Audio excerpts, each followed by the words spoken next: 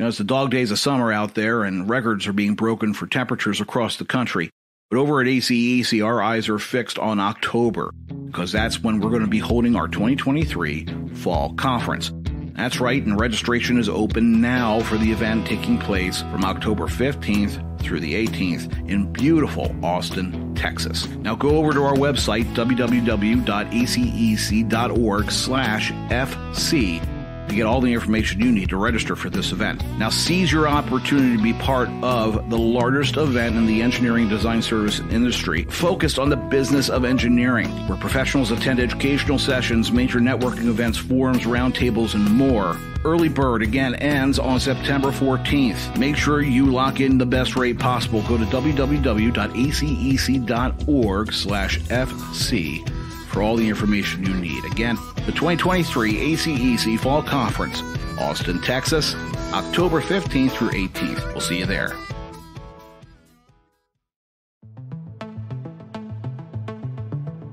The AEC industry is rapidly changing, but your team doesn't have time to reinvent workflows for every new technology or client demand. ProjectWise, powered by iTwin, puts you in control and positions your firm for non-disruptive change. Whether you need to improve design quality, optimize existing processes, or even get started with digital delivery and digital twins, ProjectWise enables you to make the most of what you already have without starting over. Visit go.bentley.com/podcast to see how ProjectWise is empowering AEC firms to do more with less. Once again, that's go.bentley.com/podcast to learn more.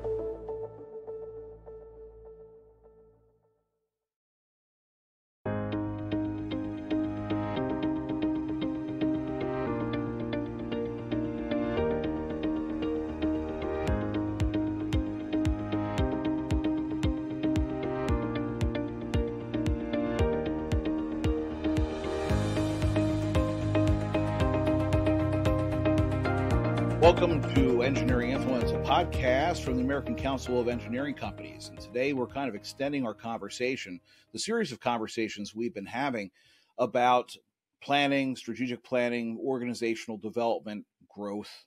In the past couple of episodes, we've talked about a lot of things happening in the industry related to M&A activity, firms that are growing through mergers, acquisitions, trying to acquire different practice areas. But what about organic growth? What about a firm that's been able to grow its profile over a number of decades and do so successfully and really do it through organic growth? And the firm that we want to talk about today is Kimley-Horn. And to talk about that, I want to bring on Barber. He is the chairman of the board at Kimley-Horn. He's a principal at the firm, and he serves as really the individual who is kind of shaping the growth pattern at the firm, and as part of this effort of this part of the leadership team and doing this, they've been able to really grow the firm from practically about 500 individuals to 7,500 individuals over 30 years with basically no mergers. And they added 3,000 employees since 2020.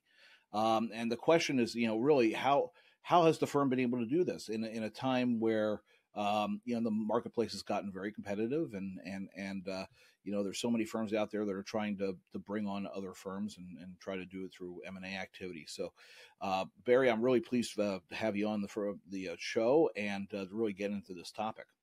Thank you, Jeff. It's great to join you. So let's talk about the firm itself. I mean, give me a kind of the rundown elevator pitch of Kimley-Horn and its main core areas of work. Yeah, so we're a pure consulting firm, pretty much all areas of civil engineering, as well as landscape architecture, environmental sciences. And in recent years, we found ourselves branching out into some different areas involving technology, different elements of engineering. So kind of a full service, broad range of service offerings that we have. So with that broad area of consulting services, I mean, how have you established and nurtured a firm culture at Kimley-Horn, and how has that culture helped in your growth strategy? Oh, it's been instrumental. You referenced earlier, going from roughly 500 people to 7,500 people. over the course of the last 30 years. So we were formed in 1967. I happened to have joined the firm in June of 94. I think I was employee number 520 at the time, and we are about 7,500 people today. So it's been quite a ride. And as you said, it's been almost exclusively through organic growth. I mean, we really don't have mergers as part of our growth strategy. We focus on kind of hiring and growing a person at a time. We think that's a great way for us to be able to maintain our culture. We feel like it's a great way for us to be able to maintain our profitability, and really kind of stay true to our core. One of the things that I think is really important to understand about our firm is that the culture we have today has been around for a long, long time. Mhm. So our early leaders, I think they just did a phenomenal job of kind of articulating a culture, kind of creating a culture. Mhm. And today, I kind of put it simply, we just try not to mess it up because they put some great things in place, and we've just been the benefactors of that. So, with new employees coming on, are they enrolled into the kind of the corporate culture of Kimley-Horn, or their guiding principles or tenets that you try to instill on those young employees, and then make sure that that's cultivated over time and just brought on as they kind of grow in the managerial kind of a role for imparting on new employees, and it's just that continuation of the culture, because being around for so long and growing at such a pace, it's keeping that culture intact is a challenge, because there's always that push pull Yeah, generationally and just the way the market yeah. is. Yeah, absolutely. There is a push pull. One of the things I think is important is we have always had an emphasis on maintaining the culture. I remember Hmm. when I joined, 500 person firm was stressed out about how can we go to 800 and still keep our culture. And then it was 800, no way we can do it at 1200. And then 1200, it was like, gosh, a 2000 person firm, how can we keep the culture? Several years back, I remember going to a planning meeting where we were about 2,500 people at the time, and the Hmm. planning topic was planning for a 7,500 person firm. And I got to admit, I was sort of going to the meeting going, yeah, right. This is, Yeah. I just don't see I don't see this happening. And where are we today? It's about 7,500 people. Yeah. And so, um, it's just, I say that just because it has always been a priority, right? It's been Hmm. something that's from the beginning is important. We have, I think, have done a nice job of really articulating the culture, writing it down. I remember as a recruit, I was handed this little green book that was Hmm. entitled Philosophy, which was, 15, 20 pages, Yeah. small, wasn't very big. And I was like, if this is true, this is an incredible firm. Yeah. And I today here's the current version of that same document. It's a different shade of green. It's a little bit different size. The words are 90% the same as they were back 30 years ago. And there's just lots of different ways we've done it. And so when you've written down the culture, when you've articulated the culture, that gives you a basis from which to be able to teach and pass along the culture. And so, kind of to your earlier point, our training classes, as people join us, there's a Hmm. constant, sharing of culture. Yeah. As leaders of the firm travel from office to office, that's a big priority for us. Is just kind of share some things. One of my former colleagues used to describe it that the Kimley-Horn culture, or learning our culture, is sort of like pulling Hmm. back layers of the onion. I've been here a long Yeah. time now. I'm pretty inner circle with the firm, but as recently as 2 or 3 weeks ago, I was in a conversation with one of the former leaders of the firm. I was asking him questions about how things came into being, and I learned things I didn't know. Right. And I Hmm. think that's kind of, there's that nuance, that learning Yeah. the depth. And we just encourage people to do it. We talk about it all the time, all the time. And Yeah. I think that's what let us be successful at it. Yeah. It's there for a reason, because these Yeah, things have been absolutely. developed over time. How does that extend into project selection, and the actual business, right? Because you have your core values and principles that kind of guide the working of the firm. How Right. empowered are your employees to say, whether a project, whether it fits in, or let's say it contrasts with certain areas of firm culture, or the principles, to bring that up as an actual area of concern to upper management?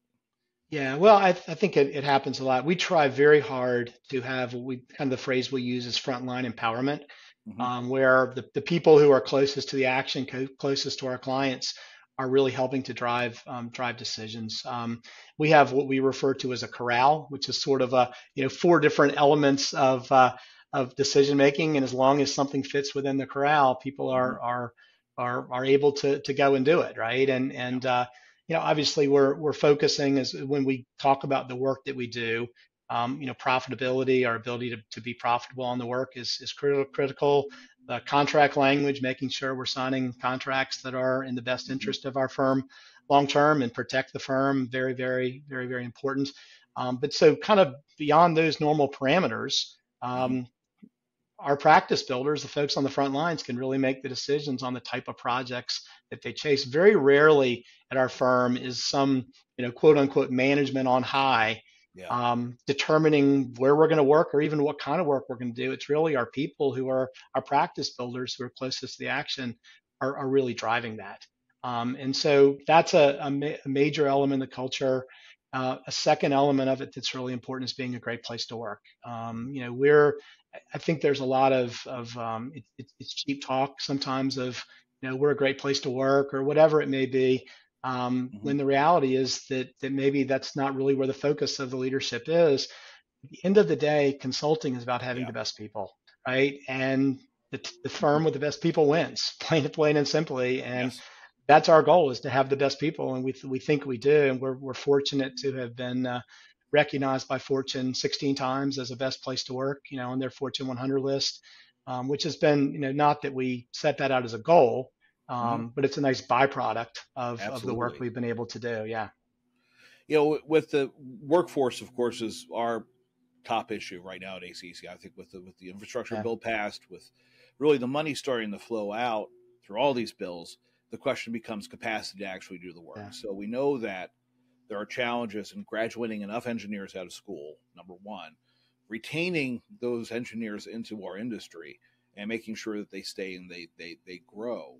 Yeah. Um, for the new generation of engineers, and this is something which is a hot topic, and we always talk about exactly what do the younger cohort of engineers look for in a firm. And of course, all the reporting that's done about the either millennials or say Gen Z, that's starting to kind of filter out through universities, of saying they want something more than just a paycheck. They want to be able to go to a Yeah. place that actually drives value. How important is it from like a market differentiator that you have that green book, that you have that core set of principles that might be really the difference maker in an engineer deciding where to go. Yeah, it's critical, and let's face it, there are a lot of really good firms in our Hmm. industry. I think we're one of them. But your issue or your topic related to finding people is huge. We talk about it all the time. It's one of the reasons why we're so committed to our college recruiting program. Yeah. This year we've hired more than 900 folks directly off the college campus. We did the same thing last year. We have over close to 1,000 interns with us Hmm. this summer, because we're looking to seed the ranks with great people. But at the end of the day, all people, particularly some of the younger folks, want to be at a firm where they can make a difference. Yeah. And that some of the things I mentioned earlier, practice building, frontline obsession, those kind of things, I hopefully reinforce that notion. I also think that having stability and ownership transition is Hmm. huge. And we're fortunate. Let's face it, within our industry, we are fortunate that as we serve our clients, as we complete our projects, we're improving our communities, Yeah. right? And so that is we've got that just natural thing that a lot of Hmm. industries don't have, and I think Yeah. it's really helpful to us. That said, our industry has to continue to just invest in trying to find enough people. We're spending a lot of time talking about how we can find people with maybe a little bit different backgrounds Hmm. to be part of our workforce. We've got a major initiative associated with hiring and then developing and training CAD professionals. We're Hmm. looking at people who have different sorts of engineering backgrounds. We're looking at Yeah. people who have just, right, plain and simply, just they're just smart people, that Hmm. can Yeah. manage programs, manage projects, and it's priority number one for us, and it probably will be for the coming decades. It's a good point. I mean, the way that the industry is going, and with of course, like the ACEC Research Institute is looking at the firm of the future, what the engineering firm 10, 20 years from now is going to look like. And with the emergence of technologies like AI, Chat GPT, all these things are starting to bubble up. Um, it looks like the firm's going to change, and you're always going to have your professional licensed PEs. You're always going to have your engineers that are there, the ones who can actually sign on the line. But you might need a lot more technical staff who can actually help the engineers process, operate the systems, and get the information that they need to analyze for projects. And casting that net to kind of broaden it out to the drone operators or the technical staff, and casting that wider net. How do you see that mix? As you're planning for the future, what do you think Kimley-Horn might look like? 10 or 15 years from now. Yeah, that's a great question. The reality is we don't really know. Yeah. As you said, there will be changes. I think that technology is going to be obviously going to make have massive impact on our industry, have massive impact on our firm.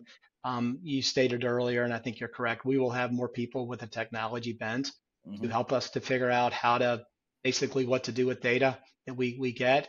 I think there's always going to be the incredible prominence and importance of having the civil engineers or other types of engineers to do the work, but it's going to be changed. I think if you think about from an industry perspective, a lot of the work that's been done, a lot of the payment on contracts that's been done for us has been based on kind of a getting paid by the hour, if you will. Yeah. And what happens when you're working more efficiently? Does that mean your revenue is going to go down? And I think as an industry, obviously that's not in our best interest.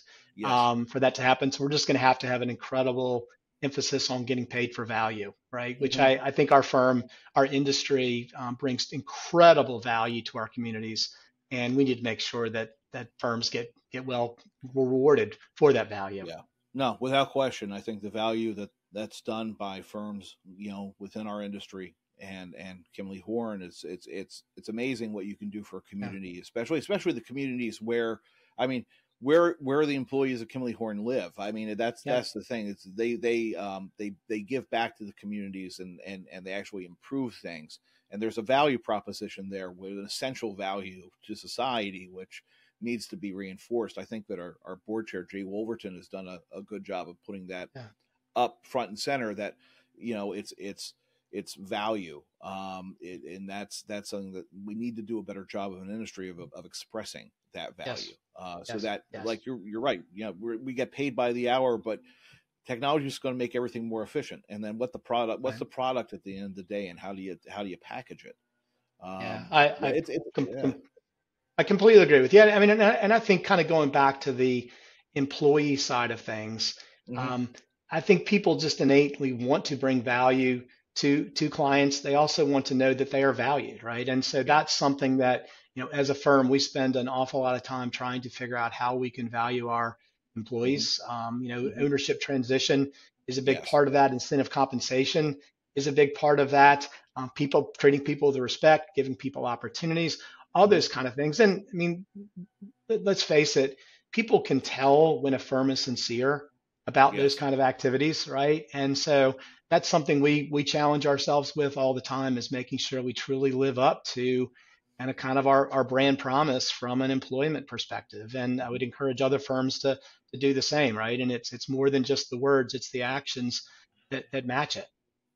Ownership transition is a big issue. I think that's, industry wide. How are these firms going to grow over time, and how is that handoff going to happen? For employees coming into the firm, to your point, is that kind of spelled out? This is the path. Like once you're in, this is the path of growth within Kimley-Horn, and this is how you need to get there.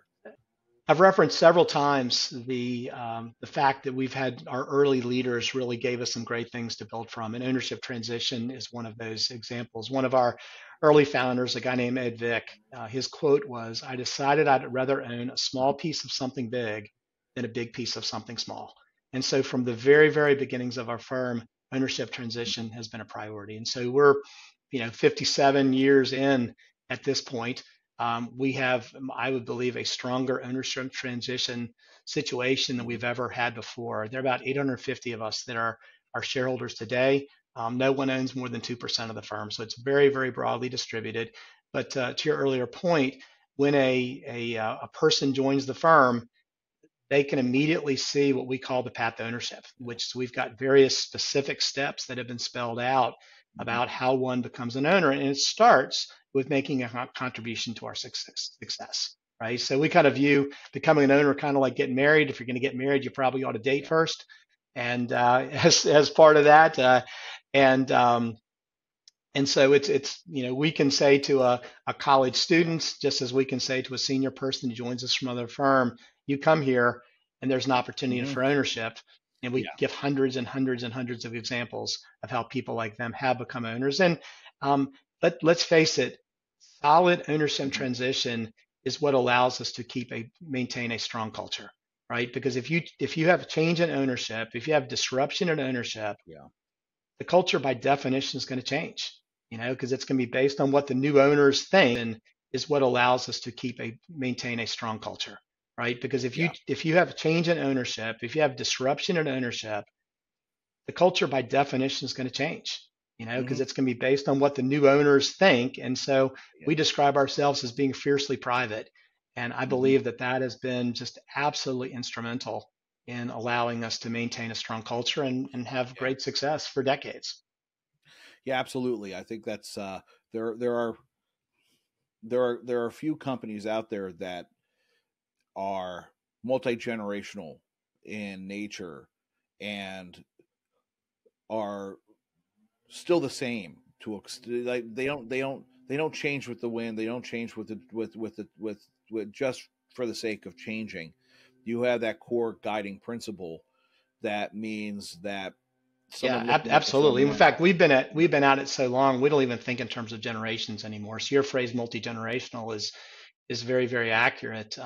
We've got our original owners or have long since retired, as well as the people that replaced them. And at this point, we've got a very, very diverse set of owners. From their 30s to their 70s, right? And as I said earlier, no one owns a real significant individual piece. In fact, I think our entire 13-person board of directors owns less than 12% of the firm. So, which is wonderful. That's the way we design it. So it's kind of the pyramid is just getting flatter and flatter, and we're excited about that. We see that as a really positive and healthy thing for us, which gives us tremendous stability going forward. Very evenly distributed, and it Yes, gives yes, everybody has an interest, but nobody has a right, like overly exactly, compelling interest. exactly. There's a lot. Well, I yeah, know. well, yeah, no one Well, overly compelling. Maybe I shouldn't say overweighted. overweighted. A lot of people have a lot of value in the Yeah. stock. It's just no one has enough control, enough stock to be able to do things unilaterally, which is the way it ought to be. Yeah, definitely. And I mean, there's just a lot here. I think for firms that are looking to grow and maybe are you know we're so business, a lot of times our firms are so focused on the work that's coming in, and they want to get the work out, and they want to start establishing um kind of the same kind of culture that Kimley-Horn has. I mean, look to firms like Kimley-Horn as the model, to see how you can establish something that's going to last a long time and not really change uh, because of a knee-jerk reaction to external factors, right? You have a guiding set of principles that actually help you weather financial storms, economic changes in market, because you have that set way of doing things. So Barry, I do appreciate your time, talking about this. It's a great example of growth through leadership and clarity of purpose and mission. That is a great counterpoint to a lot of the other activity that we're seeing in the marketplace, which is just a lot of M&A activity. So it's nice to get that other side of the story. So I do appreciate your time today. Absolutely, it's my pleasure, and we're very, very fortunate, as I said earlier, that some really smart people were selfless and put some great things in place, and we've been able to maintain it and hopefully build on it. Great. Well, again, Barry Barber, Chairman of the Board, Kimley-Horn, thank you for being with us today. And again, this has been an episode of Engineering Influence, a podcast from the American Council of Engineering Companies. See you next time.